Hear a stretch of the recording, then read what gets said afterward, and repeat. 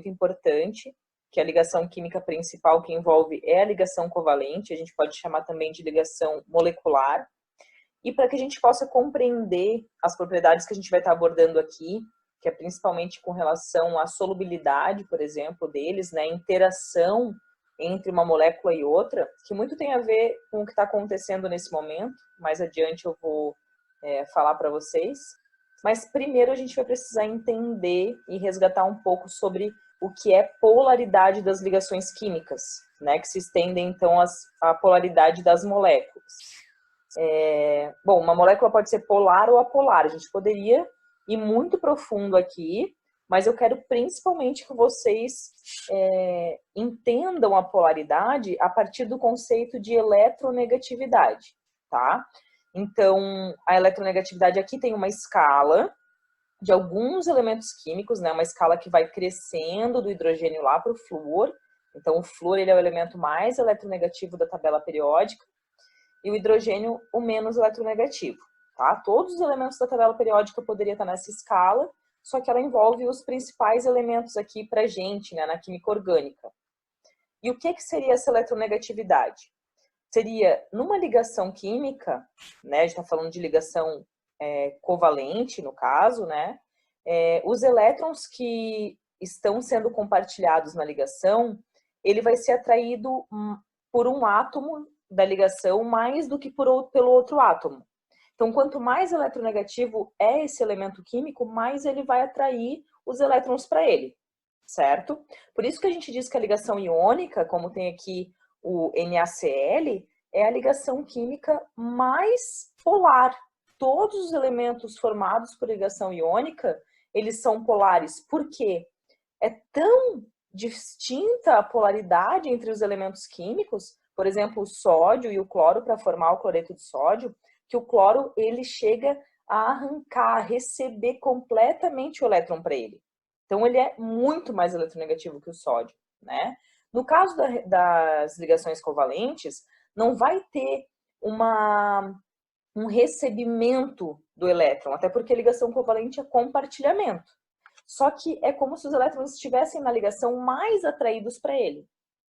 Então, pensem como se fosse uma corda, um cabo de guerra, em que de um lado está um elemento químico, do outro, o outro elemento que ele está se ligando, e quanto mais eletronegativo, mais forte esse cabo de guerra está sendo puxado para o lado, tá? Quando a gente tem essa diferença de eletronegatividade, por exemplo, comparando uma ligação química entre o flúor e o hidrogênio, né? Estou falando aqui dos extremos, a gente diz que essa ligação química é polar, tá? Quando não tem uma diferença de eletronegatividade pronunciada, a gente vai falar que ela é apolar. Na química orgânica, de uma forma bem geral, vocês podem anotar aí, a ligação química entre o carbono e o hidrogênio, ela é apolar, tá? Então, toda essa molécula aqui é apolar, essa aqui é apolar, essa também. Agora, uma ligação química entre carbono e oxigênio, entre carbono e nitrogênio, que a gente viu que é muito frequente nos compostos orgânicos, né? Ou entre nitrogênio e hidrogênio, oxigênio e hidrogênio, como a gente pode ver aqui, elas são polares pela diferença de eletronegatividade, tá? Consequentemente, isso é uma molécula polar, assim como a molécula de água também, né? E aqui, essas todas desse lado são apolares.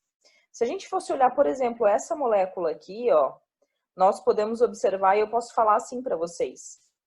Isso aqui é polar, certo? Isso, essa ligação entre esse carbono e esse oxigênio também é polar, mas essa partezinha aqui da molécula em que existem só ligações entre carbono e hidrogênio, ela é apolar, tá? Então, a gente vai ver que existem muitas moléculas que elas têm uma parte polar e uma parte apolar. No que isso influencia? Por exemplo, essa tabela mostra só compostos formados por carbonos e hidrogênio. Só. Não tem oxigênio, nenhum outro elemento químico. E o que muda é que daqui de cima para baixo vai aumentando o que a gente chama dessa cadeia carbônica. vai aumentando o número de carbonos, certo? Ele começa com 1 carbono e vai até 10. Quanto maior essa cadeia carbônica, entre carbonos e hidrogênios, menos polar é o elemento químico. Então, assim, aqui, nesses elementos, só existe ligação entre carbono e hidrogênio, certo? E entre carbono e carbono. Então, carbono e carbono, num cabo de guerra, os dois têm a mesma força, né, de atração dos elétrons, também é apolar. Então, assim, todos esses elementos são apolares, todos eles. Só que esse aqui é menos polar do que, desculpa, é mais polar do que esse aqui. Porque a gente observa que a cadeia, a parte com ligações apolares, é muito maior aqui embaixo, com esses compostos em que apresentam mais carbono, tá? Então, compostos que apresentam apenas ligações entre carbono e hidrogênio, quanto maior a cadeia carbônica, mais apolar ele é. Aqui a gente poderia trabalhar um pouquinho, mas eu vou passar para frente, tá? Bom, na verdade eu vou falar. Principalmente com relação ao ponto de ebulição, de que forma que isso pode ser afetado, tá? Mas de maneira geral, quanto mais o ponto de ebulição de uma molécula, ele vai ser influenciado por duas coisas. Uma, pelo tamanho da molécula, se ela é menor, como esse aqui, ó, que só tem um carbono, ou se ela é maior, né? Quando ela é menor, ela é mais leve, então ela evapora mais facilmente. Ponto de ebulição menor, tá? Tá aqui, ó. Ponto de ebulição muito menor do que esse aqui, quando já tem 9 carbonos. Então, o tamanho da molécula é uma das coisas que interfere.